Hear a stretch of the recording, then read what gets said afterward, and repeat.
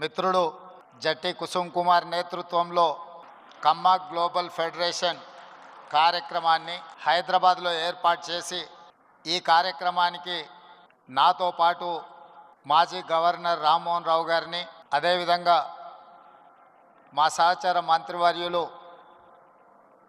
పెద్దలు పొంగులేటి శ్రీనివాసరెడ్డి గారు, కోమటిరెడ్డి వెంకటరెడ్డి గారు, కట్టా సుబ్రహ్మణ్యం నాయుడు గారు,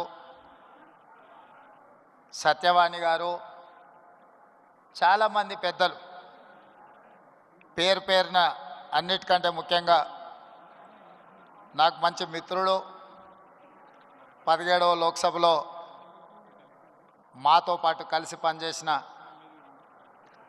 కళానిధి అర్కట్ వీరాస్వామి గారు, అదేవిధంగా తానా అధ్యక్షుడు నిరంజన్ చౌదరి గారు, మాజీ అధ్యక్షులు, అదేవిధంగా వివిధ రాష్ట్రాలు వివిధ దేశాల నుంచి కమ్మ ప్రతినిధులను, కమ్మ కుటుంబ సభ్యులను అందరినీ కూడా ఆహ్వానించి ఇంత గొప్ప కార్యక్రమాన్ని ఏర్పాటు చేసినందుకు మనస్ఫూర్తిగా నిర్వాహకులకు అభినందనలు తెలియజేస్తున్నాను.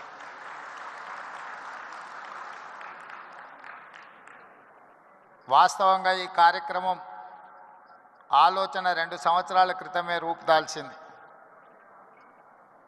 నేను మిత్రుడు కుసుమ్ కుమార్కి 2023 కంటే ముందే ఈ కార్యక్రమాన్ని ఏర్పాటు చేయాలి అని చెప్పిన అది కార్యరూపం దాల్చలేదు. ఆ తర్వాత ఎన్నికల తర్వాత జరిగిన పరిణామాలు, ఆ తర్వాత ఖచ్చితంగా ఈ కార్యక్రమాన్ని ఏర్పాటు చేయాలి అని తలంపుతో 90 రోజుల్లోనే ఇంత పెద్ద కార్యక్రమాన్ని ఏర్పాటు చేసి ఇంత విజయవంతంగా నిర్వహించినందుకు మనస్ఫూర్తిగా నిర్వాహకులకు అభినందనలు తెలియజేస్తాను.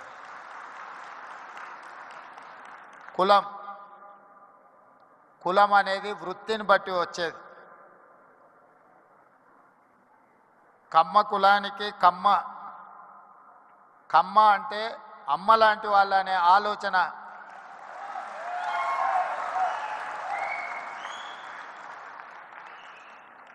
అమ్మ అంటే ఆకలి మీద వచ్చిన ఏ కొడుకునైనా ఎవరినైనా కడుపు చూస్తుంది, ఆకలితో ఉన్నాడేమో ఏమైనా పెడదాము అని. అందుకే కమ్మవారు భూమిని నేలను నమ్ముకొని వ్యవసాయం చేసి మట్టిలో నుంచి బంగారాన్ని తీసే పంటలు పండించి 10 మందికి సాయం చేసే కమ్యూనిటీ కమ్మ కులం.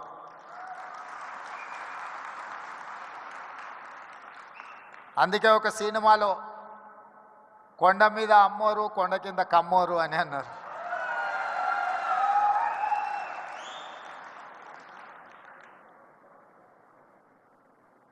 నేను మామూలుగా మా మిత్రులతో అంటుంటా, కమ్మాస్ ఎక్కడున్నారో మనం గుర్తుపట్టాలంటే పెద్ద రీసెర్చ్ చేయాల్సిన అవసరం లేదు.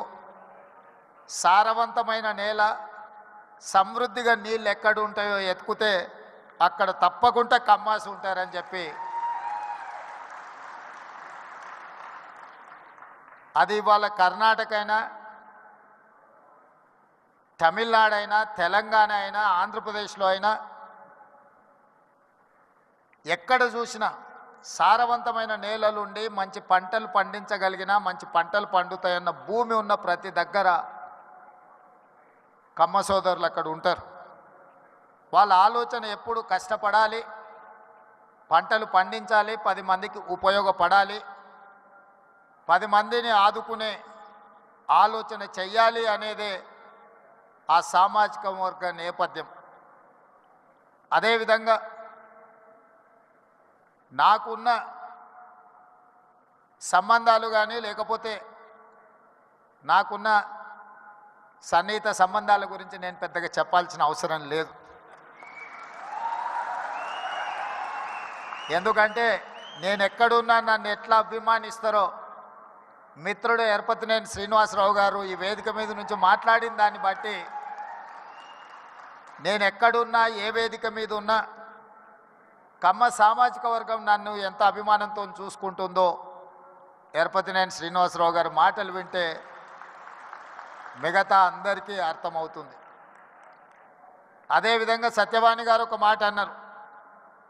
వారు మాట్లాడుతుంటే అనర్గళంగా ఏ పేపర్ చూడకుండా వారి ఉపన్యాసం వినాలి అని అనిపిస్తుంది అని. అది ఎక్కడి నుంచో కాదు, ఎన్టీఆర్ లైబ్రరీలో నేర్చుకున్న చదివే ఈరోజు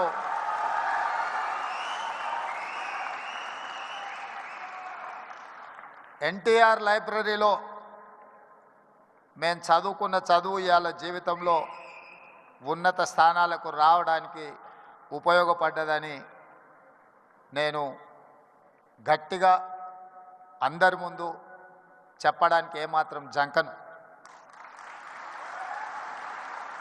మనం వచ్చిన నేపథ్యం, మన రాణించిన తీరు, మనకు అవకాశం ఇచ్చిన వాళ్ళను తక్కువ చేసి మాట్లాడవలసిన అవసరం లేదు, చిన్న చేసి చూడడము పద్ధతి కాదు. అదేవిధంగా కమ్యూనిటీకి సంబంధించిన గొప్ప వ్యక్తుల గురించి, చరిత్ర గురించి మా మిత్రులు చాలామంది చెప్పారు. మిత్రుడు కుసుమ్ కుమార్ గారు ఎన్టీఆర్ కంటే ముందు 52 మంది కమ్మ సామాజిక వర్గం ఎమ్మెల్యేలు ఉండేవాళ్ళు అని అన్నారు. కానీ ఎన్టీఆర్ వచ్చిన తర్వాత ఎన్టీఆర్ ఒక brand NTR is brand for politics, NTR is brand for leadership. వారు ఇచ్చిన అవకాశాలతోని ఆ రాష్ట్రమైనా ఈ రాష్ట్రమైనా ఏ రాజకీయ పార్టీ అయినా ఈరోజు నాయకులు ఉన్నారు అని అంటే ఎన్టీఆర్ గారు ఆనాడు ఇచ్చిన అవకాశాలే. ఇవాళ ఇక్కడ ఆయనను అవమానించేటట్టు మాట్లాడిన వాళ్లకు అవకాశం ఇచ్చింది ఆయన్నే. ఇవాళ ఆయన గౌరవం ఉండాలి, ఆయన పేరును స్మరించుకోవాలని చెప్పేవాళ్ళు కూడా ఆయన ఇచ్చిన నాయకత్వంతో వచ్చినోళ్ళే. అది ఎన్టీఆర్ లోపము, ఎన్టీఆర్ తప్పు కాదు. ఎన్టీఆర్ అందరికీ అవకాశం ఇచ్చిండు. అవకాశం వచ్చిన వాళ్ళు ఒక్కొక్కరు ఒక్కొక్క రకంగా ఉండొచ్చు, అది వాళ్ళ యొక్క విజ్ఞత. అదేవిధంగా ఎన్జి రంగా,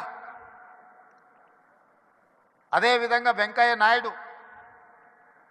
ఈనాడు చంద్రబాబు నాయుడు గారి గురించి నేను చెప్పాల్సిన అవసరం లేదు.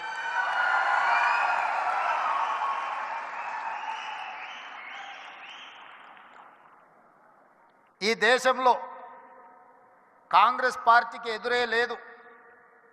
బలమైన నాయకురాలుగా శ్రీమతి ఇందిరాగాంధీ గారిని ఎదుర్కొనే వాళ్ళే లేరు.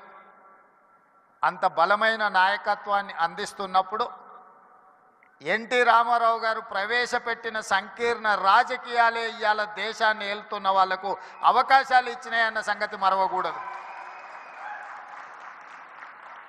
రామ్మోహన్ రావు గారికి గుర్తుండి ఉండాలి, ఆనాడు తెలుగుదేశం భారతీయ జనతా పార్టీ పొత్తులో భాగంగా దేశంలో 2 సీట్లు బీజేపీ గెలిస్తే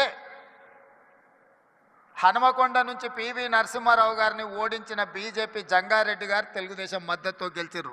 దేశంలో 2 సీట్లు బీజేపీ గెలిచిన రోజు 1 సీటు గుజరాత్లో గెలిస్తే 2వ సీటు తెలంగాణలో తెలుగుదేశం పార్టీ ఎన్టీ రామారావు గారి మద్దతుతో గెలిచింది. నేషనల్ ఫ్రంట్ కావచ్చు, యునైటెడ్ ఫ్రంట్ కావచ్చు, ఎన్డీఏ కావచ్చు,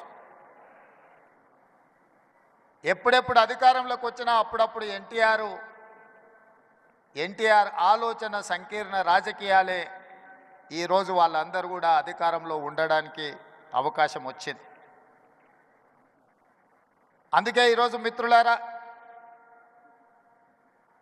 మీరు రాణించే విషయంలో వ్యవసాయం నుంచి డాక్టర్లుగా, లాయర్లుగా, ఐటీ నిపుణులుగా, అమరావతి నుంచి సిలికాన్ వ్యాలీ వరకు మీ కృషిని ఎవరు కాదనలేరు.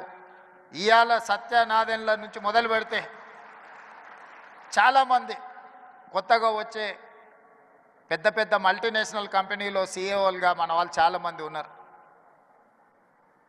సరే, అమెరికాలో ఇక్కడ బహిరంగ సభ పెట్టిన దానికంటే పెద్ద ఎత్తున మా తానా సోదరులు సభలు పెడుతుంటారు ప్రతి 2 సంవత్సరాలకు. తప్పకుండా ఇప్పటివరకు ఎప్పుడూ నేను వెళ్తూనే కలుస్తూనే వస్తున్నా. అయితే ఈ సమావేశం కమ్మ గ్లోబల్ ఫెడరేషన్ ఒక మంచి సాంప్రదాయాలకు, సమాజానికి ఉపయోగపడే విధంగా ఈ హైదరాబాదు నగరాన్ని విశ్వనగరంగా మార్చడానికి అవసరమైన ప్రణాళికలలో మీరు భాగస్వాములు కావాలి. తెలంగాణ రాష్ట్ర ప్రభుత్వం మిమ్మల్ని ఆహ్వానిస్తుంది. మీలో ఉన్న నిపుణులను, మీలో ఉన్న నైపుణ్యాన్ని అన్ని రకాలుగా ప్రోత్సహించడానికి తెలంగాణ రాష్ట్ర ప్రభుత్వం సంసిద్ధంగా ఉంది. ఎలాంటి భేషజాలు అక్కర్లేదు. హైదరాబాదు నగరం ప్రపంచంతో పోటీ పడాలంటే ప్రపంచంలో రాణించిన కమ్మ సోదరులకు ఇక్కడ అన్ని రకాల అవకాశాలు కల్పించడానికి మా ప్రభుత్వం సిద్ధంగా ఉన్నది అని చెప్పి నేను ఈ వేదిక మీద నుంచి విజ్ఞప్తి చేస్తున్నా. మాకు భేషజాలు లేవు. కులం, మా కులాన్ని మేము అభిమానించుకుంటాం. మేము ఇతర కులాలను గౌరవిస్తాం. ఎక్కడా ఆ విషయంలో పొరపాటు జరగదు. మా కులం పట్ల మాకు అభిమానం ఉండొచ్చు, కానీ ఇతర కులాల పట్ల అపారమైన గౌరవం ఉన్నది. ఈ విజ్ఞతను ఎప్పుడూ తెలంగాణ రాష్ట్ర ప్రభుత్వం పాటిస్తుంది. మా మిత్రుడు శ్రీనివాసరెడ్డి గారైనా, మా సోదరుడు కోమటిరెడ్డి వెంకటరెడ్డి గారైనా మేము ఈ సూత్రాన్ని ఎప్పుడు అమలు చేస్తూనే ఉంటాం. తెలంగాణ రాష్ట్రంలో వివక్ష ఉండదు. తెలంగాణ రాష్ట్రంలో మీ కష్టానికి గుర్తింపు ఉంటుంది, మీకు అవకాశాలు ఉంటాయి. అదేవిధంగా ఈరోజు ఈ నగరం రాణించాలి అని అంటే పెట్టుబడులు రావాలి, పరిశ్రమలు పెరగాలి, దానికి అవసరమైన అనుమతులు ఇవ్వాలి. ప్రపంచంలో నిరసన తెలపడం అనేది ప్రాథమిక హక్కు. పన్నులు కడుతున్న ప్రాంతంలో ఎవరైనా తమకు నచ్చనప్పుడు, తమకు నచ్చని కార్యక్రమాలు ప్రపంచంలో జరుగుతున్నప్పుడు నిరసన తెలపడం అనేది, నిరసన తెలపడానికి అవకాశం ఇవ్వడం అనేది ప్రభుత్వాల బాధ్యత. నాడు తెలంగాణ ఉద్యమం జరుగుతున్నప్పుడు తెలంగాణ పిల్లలు అమెరికాలో వైట్ హౌస్ ముందర కూడా నిరసన తెలిపిన, అమెరికాలో కూడా తెలంగాణ ఉద్యమం చేయడానికి అమెరికన్ ప్రభుత్వమే అనుమతి ఇచ్చినప్పుడు తెలంగాణ రాష్ట్రంలో కొంతమంది తమ నిరసన తెలపాలనుకున్నప్పుడు ప్రభుత్వాలు నిర్బంధించాలన్న ఆలోచన వాళ్ళ పతనానికి దారి తీసింది తప్ప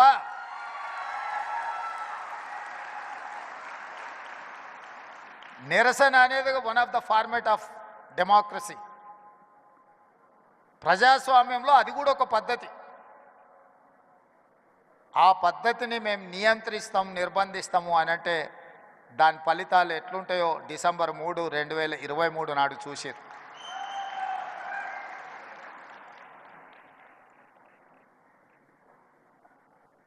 వెంకయ్య నాయుడు గారు రాష్ట్రపతి అవుతారని, అవ్వాలని మేమందరం ఆకాంక్షించిన పార్టీలు వేరైనా కూడా మన తెలుగువాడు ఢిల్లీలో మనకు ఒక గుర్తింపు, గౌరవాన్ని తెచ్చినవాడు. జైపాల్ రెడ్డి గారు, వెంకయ్య నాయుడు గారు జంట కౌలు లాంటోళ్ళు. వసంత నాగేశ్వరరావు గారు ఉన్నారు, వారికి జైపాల్ రెడ్డి గారి కుటుంబంతో ఉన్న సంబంధాలు, అనుబంధం నేను ప్రత్యేకంగా చెప్పాల్సిన పని లేదు. ఇప్పుడు ఢిల్లీలో నాయకత్వ లోపం కనిపిస్తున్నది. వెంకయ్య నాయుడు, జైపాల్ రెడ్డి గారు, అంతకంటే ముందు పివి నరసింహారావు గారు లాంటి, ఎన్టీ రామారావు గారు లాంటి నాయకులు తెలుగు రాష్ట్రాల నుంచి మన వాళ్ళు అక్కడ ఉంటే ఈరోజు జాతీయ స్థాయిలో మనకు కొట్టొచ్చినట్టుగా నాయకత్వ లోపం కనిపిస్తున్నది. మనందరం ఆలోచన చేయాల్సిన సందర్భం వచ్చింది. కులానికి, ప్రాంతానికి అతీతంగా మన తెలుగువారి యొక్క నాయకత్వం, తెలుగువారి యొక్క అభివృద్ధి కోసం పనిచేసే బలమైన నాయకత్వాన్ని ఢిల్లీలో మళ్ళీ రాణించాలి. అలా రాణించే నాయకులు ఎవరున్నా ప్రోత్సహించాలన్న ఆలోచన ఈ వేదిక మీద నుంచి మనందరం కూడా నిర్ణయం తీసుకోవాల్సిన అవసరం ఉన్నది. మా ప్రభుత్వం వైపు నుంచి ఎలాంటి సహకారం కావాలన్నా, ఇలాంటి కార్యక్రమాలకు కానీ భవిష్యత్తులో మీరు తీసుకోబోయే నిర్ణయాలకు సంపూర్ణమైన మద్దతు ప్రకటిస్తూనే, కమ్మ సంఘానికి 5 ఎకరాల భూమి ఇచ్చినట్టే ఇచ్చారు, దానికి లిటిగేషన్స్ 100 పెట్టినట్టే పెట్టినట్టు నా దృష్టిలో ఉంది. మా మిత్రుడు గాంధీ గారికి నేను సూచన చేస్తున్నా, ఆ 5 ఎకరాలకు సంబంధించి మా ప్రభుత్వం అన్ని సమస్యల్ని పరిష్కరించి ఒక అద్భుతమైన కమ్మ సంఘాన్ని కట్టుకోవడానికి